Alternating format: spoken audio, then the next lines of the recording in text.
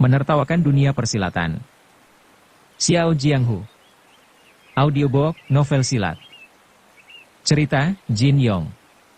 Jilid 93. Ling Huchong tidak tahu sudah berapa lama ia pingsan. Begitu membuka mata, kepalanya terasa sakit seperti pecah dan telinganya masih mendengung-dengung, bagaikan mendengar suara petir yang bergemuruh. Begitu melihat ke sekeliling ternyata keadaan gelap gulita. Entah berada di mana dirinya saat ini.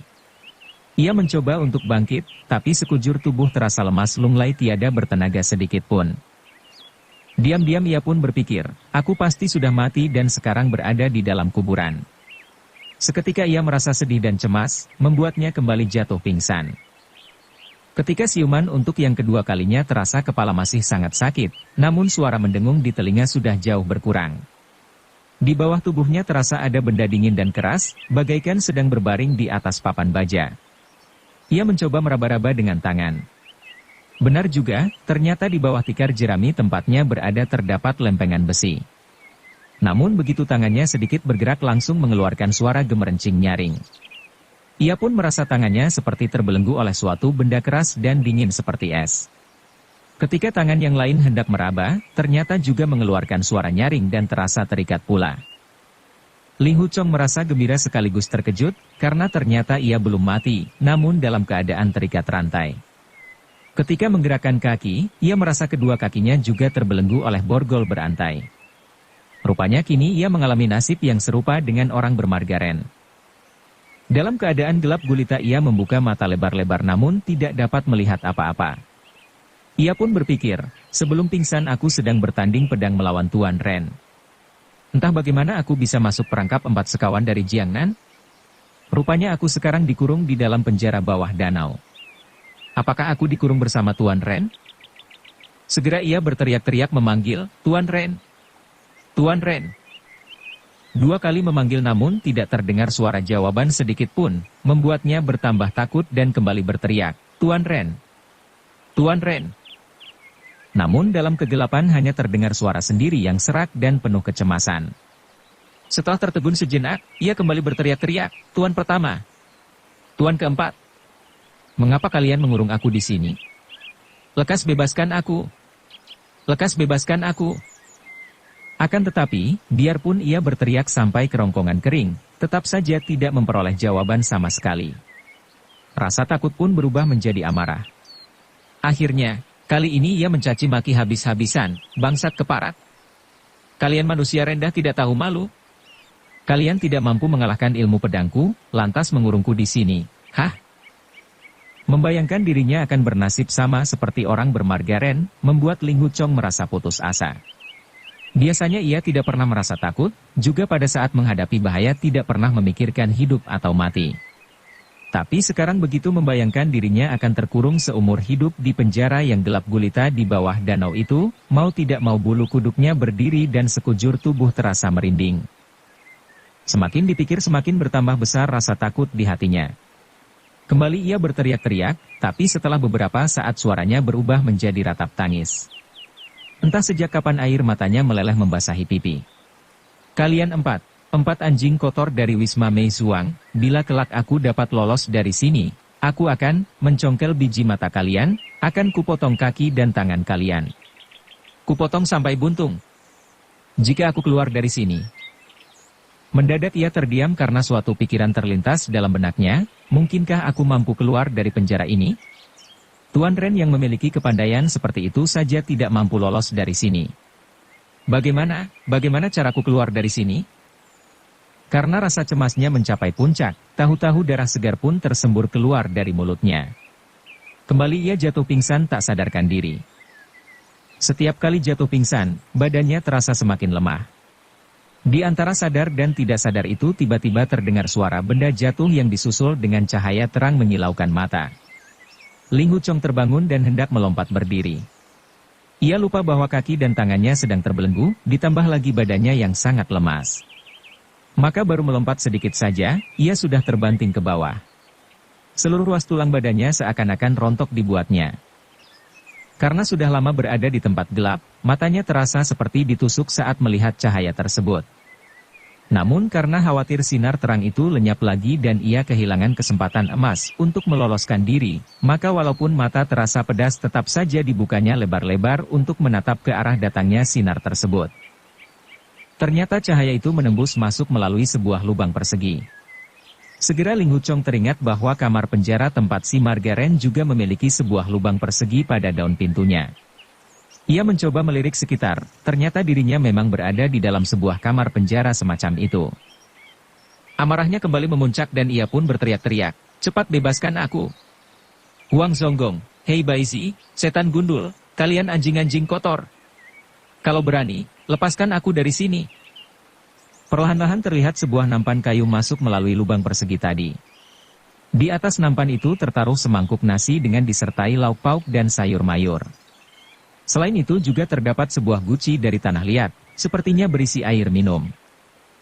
Melihat itu Ling Huchong bertambah gusar. Ia berpikir, kalian mengirim makanan kepadaku? Jadi kalian bermaksud mengurung aku di sini untuk waktu yang lama? Tanpa pikir lagi ia pun mencaci maki kembali, 4 anjing kotor, kalau mau bunuh, bunuh saja sekarang. Kalau mau cincang, cincang saja sekarang. Kenapa kalian main-main dengan tuanmu ini? Dilihatnya nampan makanan telah berhenti tanpa bergerak lagi. Sepertinya orang di luar bermaksud supaya Ling Huchong mengulurkan tangan dan menyambut nampan tersebut. Karena ruangan penjara agak sempit, asalkan Ling Huchong bangkit dan sedikit memiringkan tubuh tentu tangannya dapat mencapai nampan di lubang persegi. Mendadak ia menampar sekerasnya. Maka terdengarlah suara ramai jatuhnya mangkuk dan kendi itu sehingga hancur semua dan isinya berhamburan di lantai. Orang di luar pintu perlahan menarik kembali nampan yang telah kosong itu. Ling Huchong semakin gusar dan menubruk ke depan.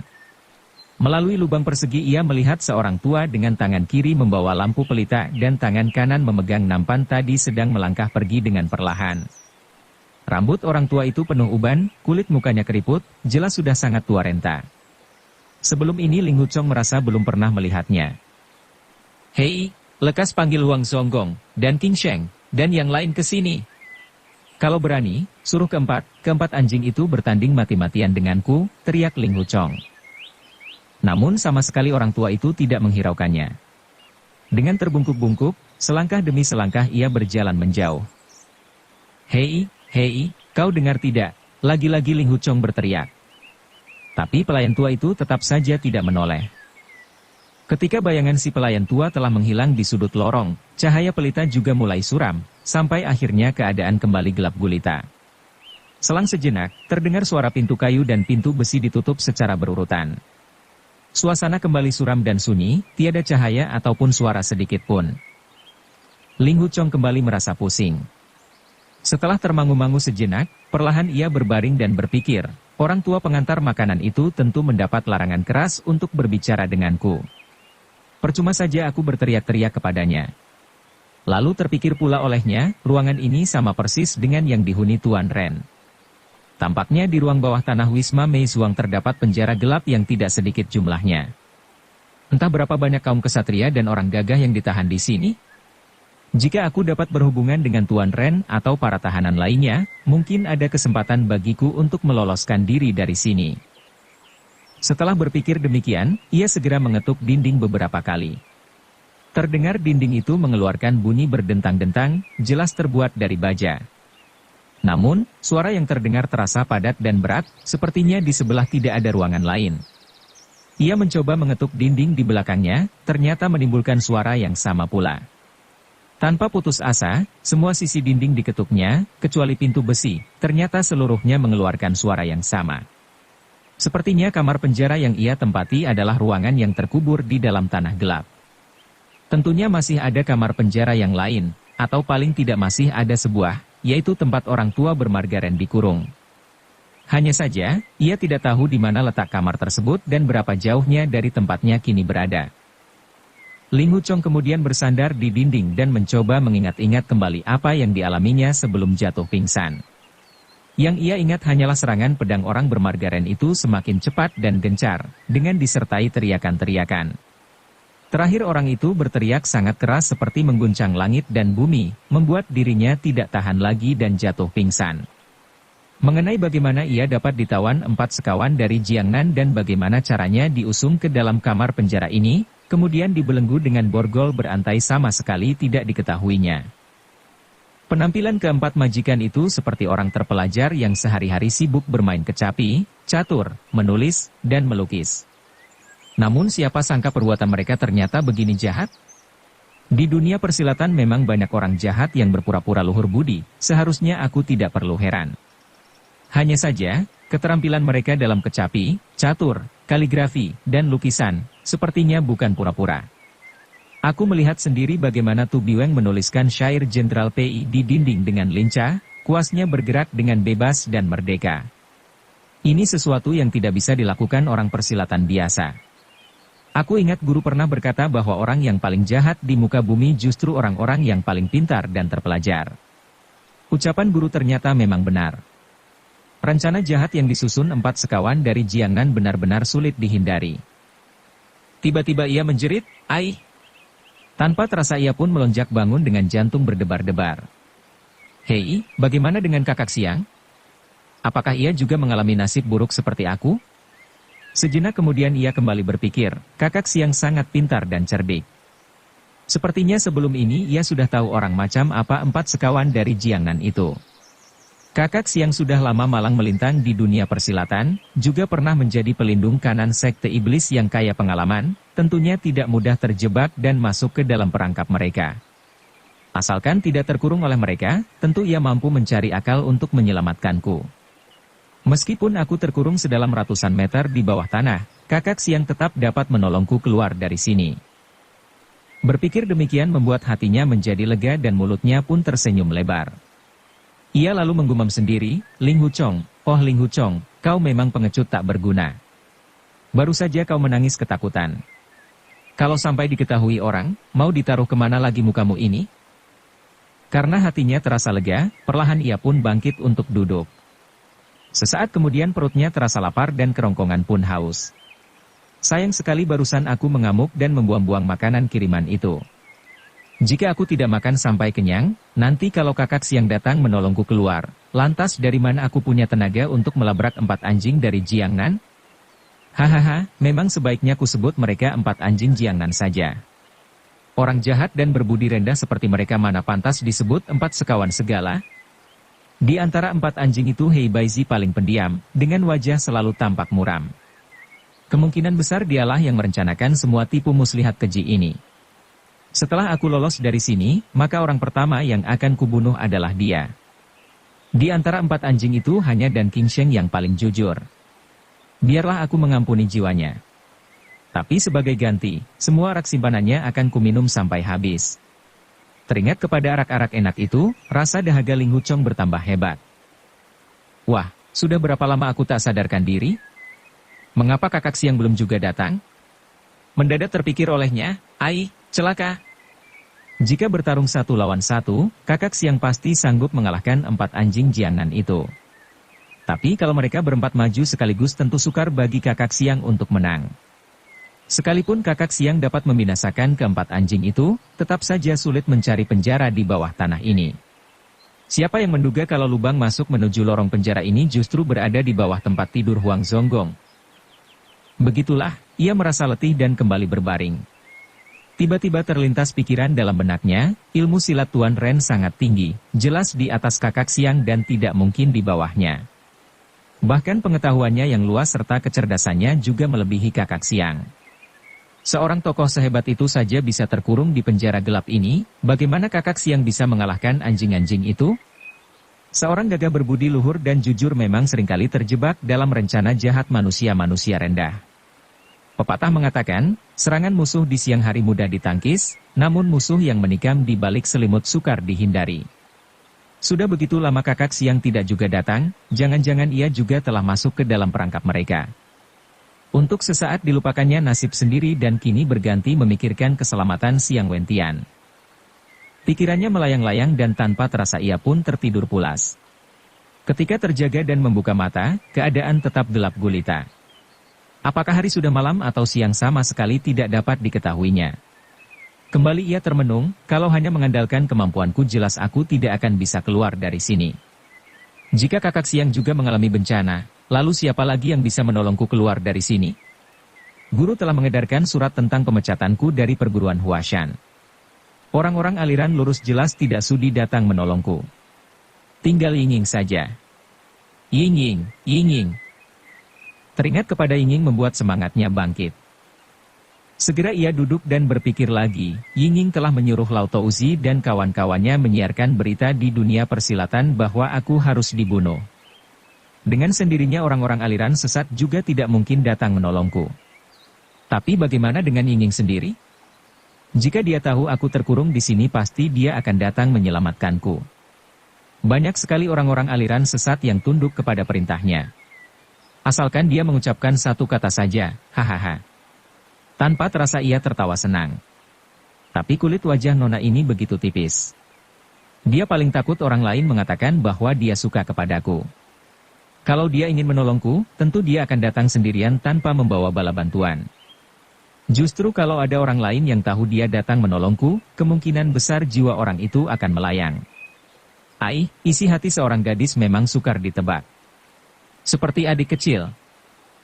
Begitu teringat kepada Yuling Shan, seketika hatinya terasa sakit. Kesedihan dan rasa putus asa yang mendalam telah menambah beban penderitaannya menjadi lebih berat lagi. Bagaimana mungkin aku berharap ada orang yang akan menolongku? Saat ini mungkin adik kecil dan adik Lin telah menikah. Andaikan aku dapat keluar dari sini juga apalah gunanya? Bukankah lebih baik aku terkurung seumur hidup di sini dan tidak tahu di luar sana ada apa? Begitu menemukan manfaat terkurung dalam penjara yaitu tidak dapat mengetahui perkembangan hubungan Lin Pingxi dan Yuling Shan, seketika rasa cemasnya langsung berkurang, bahkan berubah menjadi syukur dan gembira. Akan tetapi perasaan lega itu tidak bertahan lama. Ketika perutnya terasa lapar dan tenggorokan terasa kering, terbayang olehnya bagaimana nikmatnya minum arak dan makan daging lezat. Akhirnya, ia merasa lebih baik lolos keluar daripada kebebasannya terkekang. Dalam hati ia berkata, biar saja adik Lin menikahi adik kecil. Aku sendiri sudah kenyang dianiaya orang, tenagaku dalamku juga sudah musnah dan mirip orang cacat. Tabib Ping menyatakan ajalku sudah tidak lama lagi. Sekalipun adik kecil mau menjadi istriku tetap saja aku tidak boleh menikahi dia. Mana boleh aku membuat dia menjadi janda muda yang merana? Namun dalam lubuk hatinya ia merasa meskipun tidak dapat menikahi Yuling Shan, namun nona itu telah mencintai Lin Pingxi.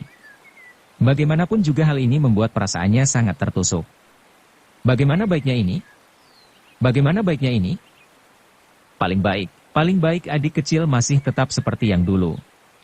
Paling baik ini semua tidak pernah terjadi. Paling baik aku tetap di Gunung Huashan, berlatih pedang bersama adik kecil di bawah air terjun.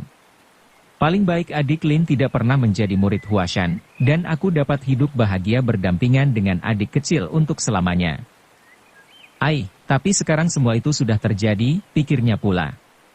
Entah bagaimana pula kabar Tian Boguang, 6 dewa lembah Persik, juga adik Yilin. Teringat kepada Yilin si biksuni cilik dari perguruan Henshan, seketika senyum hangat terkembang di wajahnya. Entah bagaimana kabar adik Yilin sekarang?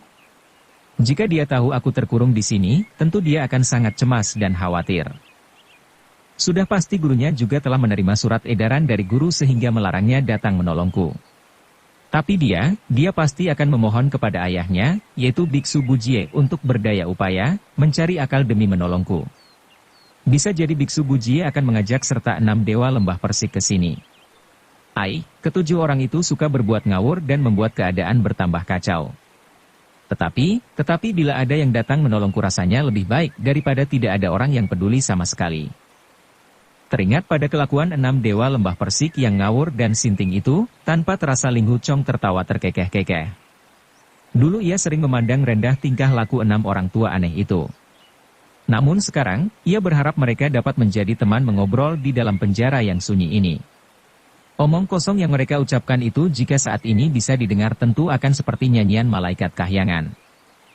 Setelah berbagai macam pikiran berkecamuk dalam benaknya, Ling Hu Chong pun kembali tertidur lelap. Entah sudah berapa lama ia tertidur di dalam penjara yang gelap itu, tiba-tiba terlihat sinar remang-remang menembus masuk melalui lubang persegi di pintu besi. Dalam keadaan masih mengantuk, Ling Hu Chong buru-buru bangkit untuk duduk. Hatinya berdebar-debar dan bertanya, siapakah yang datang menolongku? Namun rasa senang itu tidak bertahan lama. Segera ia mendengar suara langkah yang berat dan perlahan, jelas itu adalah langkah kaki si pelayan tua pengantar makanan.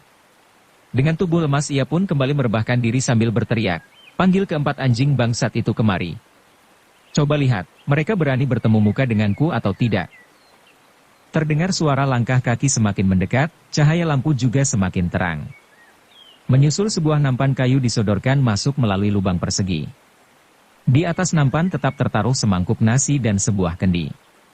Pelayan tua itu sama sekali tidak bicara, hanya menyodorkan nampan ke dalam dan menunggu diterima oleh Ling Huchong. Ling Huchong memang sudah sangat kelaparan, lebih-lebih kerongkongannya juga sudah kering. Sejenak ia ragu-ragu namun kemudian disambutnya nampan kayu tersebut. Sesudah melepaskan nampan, si pelayan tua lantas memutar tubuh dan melangkah pergi. Hei, nanti dulu, aku ingin bertanya kepadamu, teriak Ling Huchong. Namun pelayan tua itu sama sekali tidak menggubris. Terdengar suara kakinya melangkah dengan berat dan agak diseret. Lambat laun suaranya semakin menjauh dan cahaya lampu tidak terlihat lagi. Ling Huchong memaki-maki beberapa kali lalu mengangkat kendi dan menuang isinya ke dalam mulut. Kendi tersebut berisi air minum yang bersih. Dalam sekali tarikan napas, ia menghabiskan setengah isi kendi, kemudian mulai memakan nasi. Di tengah kegelapan ia dapat merasakan lauk pauk dan sayur mayur yang bercampur nasi, antara lain lobak dan sejenis tahu. Begitulah, selama 7 atau 8 hari ia meringkuk dalam penjara, dan si pelayan tua selalu datang sehari sekali untuk mengantar makanan. Ketika pergi, pelayan tua itu sekalian membawa mangkuk, sumpit, dan kendi bekas yang diantar sehari sebelumnya. Selain itu dibawanya pula tempurung wadah kotoran. Ling Huchong dengan segala cara berusaha mengajaknya bicara, namun tetap saja wajah pelayan tua itu tampak kaku tanpa menunjukkan suatu perasaan apapun. Beberapa hari kemudian, begitu melihat cahaya lampu, Ling Huchong segera menubruk ke depan lubang persegi dan memegangi nampan kayu yang disodorkan si pelayan tua sambil berteriak, kenapa kau tidak bicara? Kau dengar kata-kataku atau tidak? Pelayan tua itu menunjuk-nunjuk telinganya sendiri sambil menggeleng-geleng seolah memberi isyarat bahwa ia seorang tuli. Menyusul ia lantas membuka mulut lebar-lebar. Ling Huchong sangat terkejut, karena melihat lidah orang tua itu ternyata hanya tinggal sebagian kecil saja. Sungguh pemandangan yang mengerikan. Hah, lidahmu dipotong orang? Apakah ini perbuatan keji keempat anjing itu? Seru Ling Huchong. Pelayan tua itu tidak menjawab. Ia hanya mendorong nampan kayu masuk melalui lubang persegi sedikit demi sedikit. Jelas ia tidak mendengar apa yang diucapkan Ling Huchong tadi. Andaikan mendengar juga tidak dapat menjawab karena mulutnya bisu. Ling Huchong merasa terkejut bercampur ngeri. Ia masih terbayang-bayang pangkal lidah si pelayan tua yang hampir habis itu, meskipun orangnya sudah pergi. Hal ini membuatnya tidak berselera makan. 4 anjing jiangan itu sungguh memuakkan. Kalau saja aku bisa lolos dari tempat terkutuk ini, maka akan kupotong lidah mereka, kutusuk telinga mereka sampai tuli. Demikian ia menggumam sendiri dengan sangat geram. Tiba-tiba sebuah ingatan terlintas dalam benaknya. Ah, jangan-jangan mereka, jangan-jangan mereka. Ia teringat pada peristiwa dahulu ketika membutakan mata 15 orang laki-laki bercadar di halaman kuil Dewa Obat. Asal-usul orang-orang itu selama ini masih belum ia ketahui. Jangan-jangan aku dikurung di sini adalah untuk membalaskan dendam ke-15 orang itu. Teringat kejadian tersebut membuatnya menghela napas. Rasa kesalnya yang tak terlampiaskan selama beberapa hari sebagian besar lenyap sudah. Aku telah membutakan mata ke-15 orang itu. Kalau mereka ingin membalas dendam dengan cara seperti ini, aku rasa memang sudah sepantasnya. Karena rasa gusarnya sudah banyak berkurang, maka hari-hari selanjutnya menjadi lebih mudah untuk dilalui. Di penjara yang gelap gulita itu siang dan malam tidak dapat dibedakan sehingga sudah berapa lama waktu berlalu juga tidak dapat diketahui dengan jelas. Yang terasa olehnya hanyalah hawa di dalam kamar penjara tersebut semakin hari semakin gerah. Ia menduga sepertinya musim panas telah tiba. Kamar penjara yang sempit itu sama sekali tidak memiliki lubang angin, sehingga hawa panas dan lembab terasa semakin mengerikan. Merasa tidak tahan lagi, Ling Huchong pun membuka baju. Karena tangan dan kaki terbelenggu rantai, tidak mungkin pakaiannya ditanggalkan seluruhnya. Maka bajunya hanya ditarik ke atas dan celana digulung ke bawah. Tikar usang yang menutupi dipan besi itu digulungnya pula. Maka badannya yang telanjang itu terasa segar ketika rebah di atas dipan besi. Keringatnya yang bercucuran sedikit demi sedikit mengering dan tanpa terasa ia pun tertidur. Setelah beberapa jam berlalu, dipan itu menjadi panas juga karena tertindih oleh badannya. Dalam keadaan setengah sadar, ia lantas bergeser ke sisi lain yang masih nyaman. Ketika salah satu tangan menahan tubuh, pada permukaan dipan besi itu terasa adanya ukiran. Hanya saja waktu itu ia sangat mengantuk, sehingga hal ini tidak terlalu diperhatikannya. Nyenyak sekali ia tertidur, sehingga ketika bangun terasa begitu bersemangat. Tidak lama kemudian si pelayan tua datang lagi mengantar makanan. Kini Ling Huchong merasa sangat simpati kepada orang tua itu. Setiap kali si pelayan tua menyodorkan nampan makanan melalui lubang persegi, tentu ia akan meremas-remas tangannya atau menepuk-nepuk punggung tangannya sebagai tanda terima kasih. Maka kali ini pun demikian. Setelah menerima nampan itu, tiba-tiba di bawah cahaya pelita yang remang-remang ia melihat pada punggung tangannya tercetak sebuah kalimat yang berbunyi, Woxing terkurung. Ling Huchong terheran-heran tidak mengerti dari mana datangnya tulisan di tangannya itu. Setelah merenung sejenak, dengan cepat ia menaruh nampan tersebut dan segera meraba-raba dipan besi. Baru sekarang ia sadar bahwa pada permukaan dipan tersebut ternyata penuh dengan ukiran tulisan yang tak terhitung banyaknya. Selama ini dipan besi itu selalu tertutup selembar tikar usang. Baru setelah udara semakin panas dan tikar usang dilepaskan, Ling Huchong dapat menemukan tulisan tersebut tercetak di punggung tangannya. Ketika meraba punggung dan pantatnya, ia tak kuasa menahan tawa karena ternyata bagian tubuh yang diraba juga tercetak tulisan serupa. Setiap huruf berukuran sebesar uang logam, guratannya dalam, namun agak sulit dibaca seperti cakar ayam. Saat itu si pelayan tua sudah pergi menjauh, dan keadaan kamar penjara kembali gelap gulita. Karena penasaran, ia hanya minum beberapa teguk air tanpa menyentuh nasi, kemudian melanjutkan meraba tulisan pada dipan. Setelah menemukan permulaan tulisan, ia pun membaca huruf demi huruf dengan suara lirih, aku si tua selama hidup tak peduli budi dan dendam, membunuh sesuka hati. Sekarang aku dikurung di bawah danau, hal ini adalah pembalasan yang setimpal. Hanya saja, aku si tua Ren Woxing terkurung. Membaca sampai di situ ia pun berpikir, ternyata tulisan di tanganku berasal dari bagian ini. Kembali ia meraba-raba dan melanjutkan membaca, di sini, mau tidak mau ilmu saktiku yang luar biasa tingginya akan musnah bersama tulang belulangku. Para pemuda dari angkatan selanjutnya tidak akan mengenal kepandaianku si tua ini, sungguh sayang. Ling Huchong mendongak ke atas sambil berpikir, si tua Ren Woxing. Si tua Ren Woxing. Orang yang mengukir tulisan ini tentu yang bernama Ren Woxing itu. Ternyata dia juga bermarga Ren. Entah apa hubungannya dengan Tuan Ren yang kuhadapi tempo hari? Penjara bawah danau ini entah sudah berapa lama berdiri? Mungkin orang bernama Ren Woxing itu sudah mati puluhan tahun silam. Kembali ia meraba tulisan yang selanjutnya berbunyi, sekarang aku si tua akan menuliskan semua intisari ilmu kesaktianku di sini, supaya angkatan selanjutnya dapat mempelajarinya dan dapat malang melintang di dunia persilatan. Walaupun aku mati, tapi kematianku tidak percuma dan namaku tetap dikenang selamanya. Pertama, bersamadi.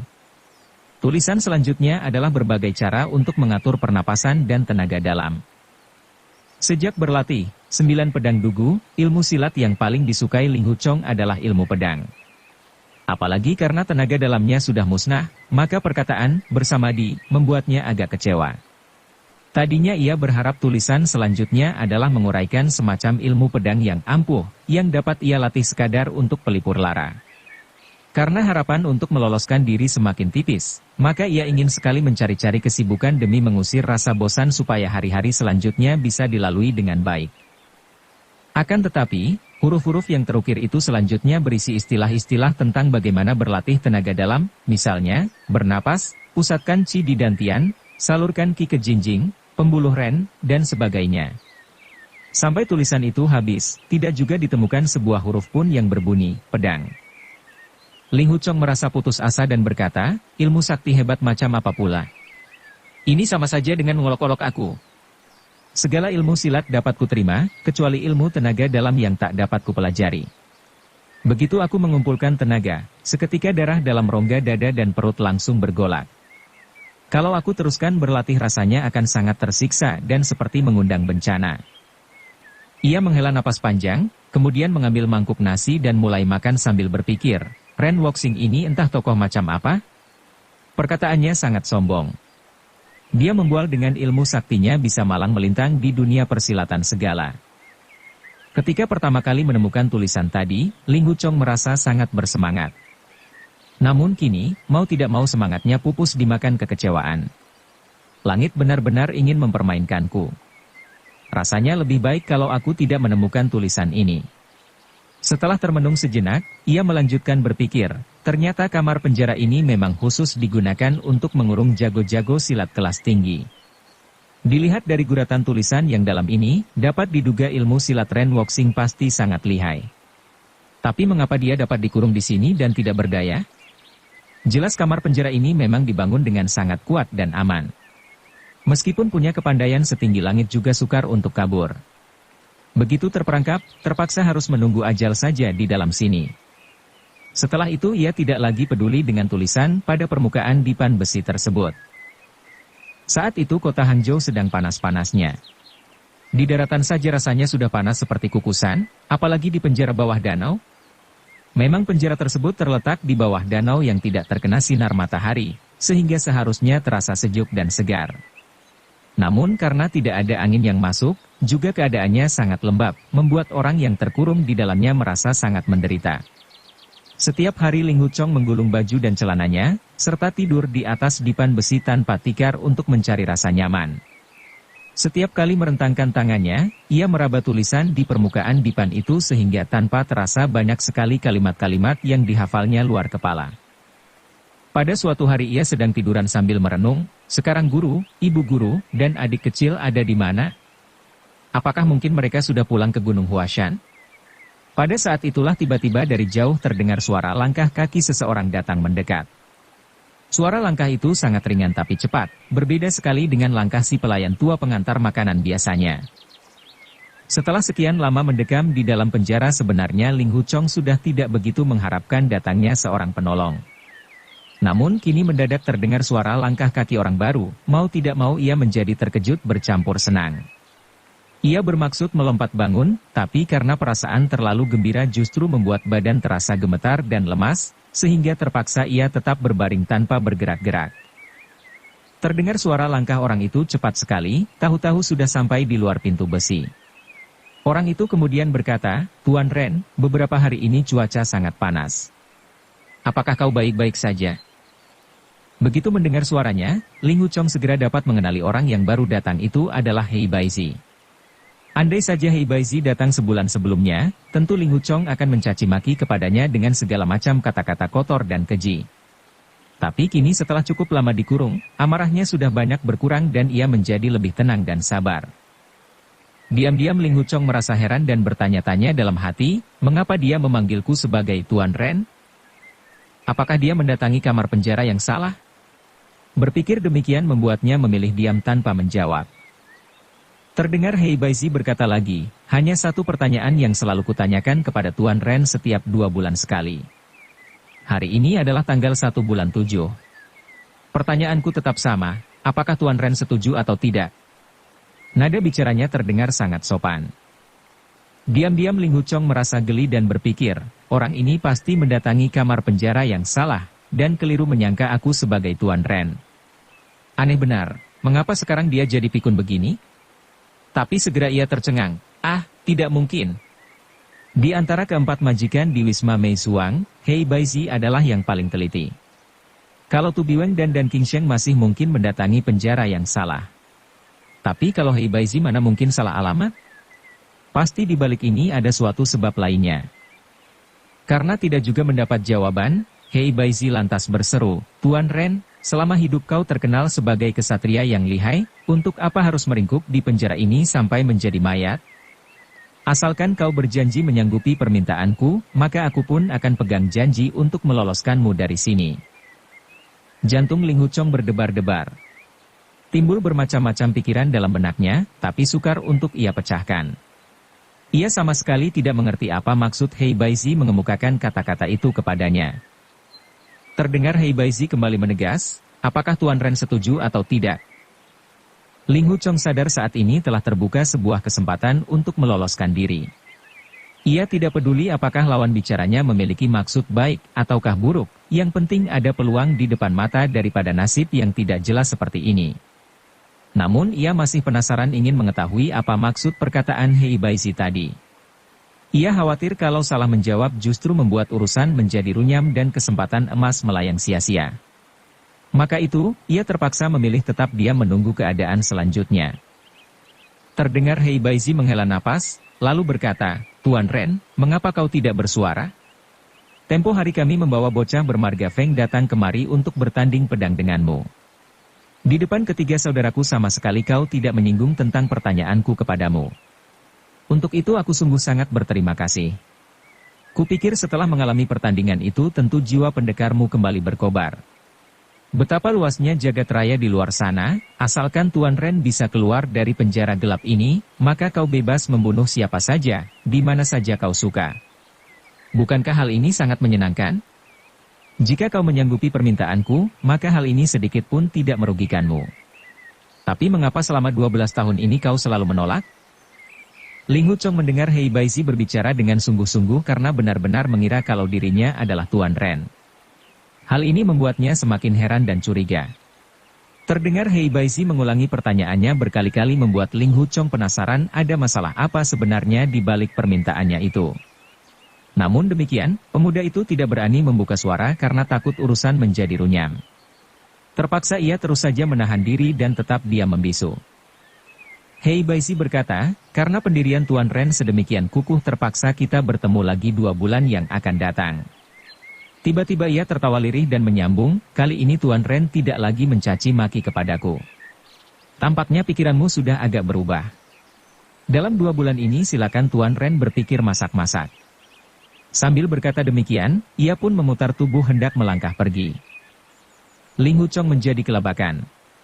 Begitu He Baizi pergi, maka ia harus menunggu 2 bulan lagi. Sementara suasana di penjara ini 1 hari saja sudah terasa setahun baginya, mana bisa ia harus menunggu 2 bulan lagi? Maka, ia pun menunggu He Baizi berjalan beberapa langkah, baru kemudian membalas pembicaraan dengan suara berat dan serak yang dibuat-buat, kau minta aku menyetujui apa?" Mendengar itu, secepat kilat He Baizi melompat balik. Gerakannya sangat gesit, tahu-tahu ia sudah berdiri di depan lubang persegi. Dengan suara gemetar ia berkata, "Apa kau setuju?" Ling Huchong berbalik menghadap dinding. Dengan tangan menutup mulut ia berkata samar-samar, "Menyetujui soal apa?" He Baizi menyahut, "Selama 12 tahun ini aku selalu datang ke sini 6 kali setiap tahun, menempuh bahaya hanya untuk memohon persetujuan Tuan Ren." "Mengapa sekarang Tuan Ren malah balik bertanya?" ujar He Baizi. Aku sudah lupa," sahut Ling Huchong sambil mendengus. "Aku mohon Tuan Ren sudi mengajarkan ilmu sakti itu kepadaku. Bila sudah kupelajari tentu Tuan Ren akan kubebaskan dari sini," kata He Baizi. Diam-diam Ling Huchong menjadi ragu apakah He Baizi benar-benar menyangka dirinya sebagai tokoh bermarga Ren itu, ataukah ada tipu muslihat yang lain. Terpaksa ia menggumam lagi secara samar-samar, bahkan dirinya sendiri tidak tahu apa yang dikatakannya, apalagi He Baizi. Maka berulang-ulang He Baizi menegas, "Bagaimana? Apakah Tuan Ren sudah setuju? Kata-katamu tidak dapat dipercaya." "Mana bisa kau menipu aku?" kata Ling Huchong. "Kalau begitu, jaminan apa yang Tuan Ren kehendaki agar percaya kepadaku?" tanya He Baizi. "Terserah kau saja," sahut Ling Huchong. "Sepertinya Tuan Ren masih sangsi aku tidak menepati janji bila sudah berhasil mempelajari ilmu saktimu itu bukan?" kata He Baizi. "Tentang ini Tuan Ren tidak perlu khawatir. Aku sendiri akan mengatur sedemikian rupa sehingga Tuan Ren tidak perlu ragu lagi." "Mengatur bagaimana?" sahut Ling Huchong. "Maaf, tapi Tuan setuju atau tidak?" tanya He Baizi dengan nada gembira. Bermacam-macam pikiran terlintas dalam benak Ling Huchong. Dia memohon belajar ilmu sakti kepadaku, tapi dari mana aku punya ilmu sakti yang ia maksudkan itu? Namun tiada salahnya aku mengetahui apa yang ia rencanakan. Jika ia benar-benar bisa membebaskan aku dari sini, biarlah aku menguraikan rumus rahasia yang terukir di atas lempengan dipan besi itu kepadanya. Tidak peduli ilmu itu bermanfaat atau tidak, yang penting aku tipu dia dulu, urusan yang lain belakangan. Karena tidak mendapat jawaban, maka Heibaisi pun berkata, apabila Tuan Ren sudah mengajarkan ilmu itu kepadaku maka aku sudah terhitung muridmu. Murid agama kita pantang menipu guru dan mengkhianati leluhur. Barang siapa melanggar tentu akan dijatuhi hukuman berat, dikuliti hidup-hidup sampai mati perlahan-lahan. Mana berani aku melanggar peraturan agama kita dan tidak membebaskan guruku sendiri? Ternyata begitu, sahut Ling Huchong. Jadi, apakah Tuan Ren sudah setuju? Tanya Heibaisi dengan nada gembira. 3 hari lagi kau boleh datang kemari menerima jawabanku, kata Ling Huchong. Sekarang saja Tuan Ren menyanggupi, kenapa harus menunggu 3 hari lagi di kamar yang gelap ini, ujar Heibaisi. Diam-diam Ling Huchong berpikir, dia lebih gelisah daripada aku. Sebaiknya memang aku main tarik ulur selama 3 hari untuk melihat tipu muslihat apa yang ia persiapkan. Karena berpikir demikian, ia pun tidak menjawab, hanya mendengus keras sebagai tanda muak dan terdengar gusar. Ternyata hal ini membuat Heibaisi ketakutan. Dengan cepat ia pun berkata, baiklah. 3 hari lagi aku akan datang meminta petunjuk kepada Tuan. Bersambung ke jilid 94. Dukung kami dengan subscribe, follow, like, komen dan share. Terima kasih.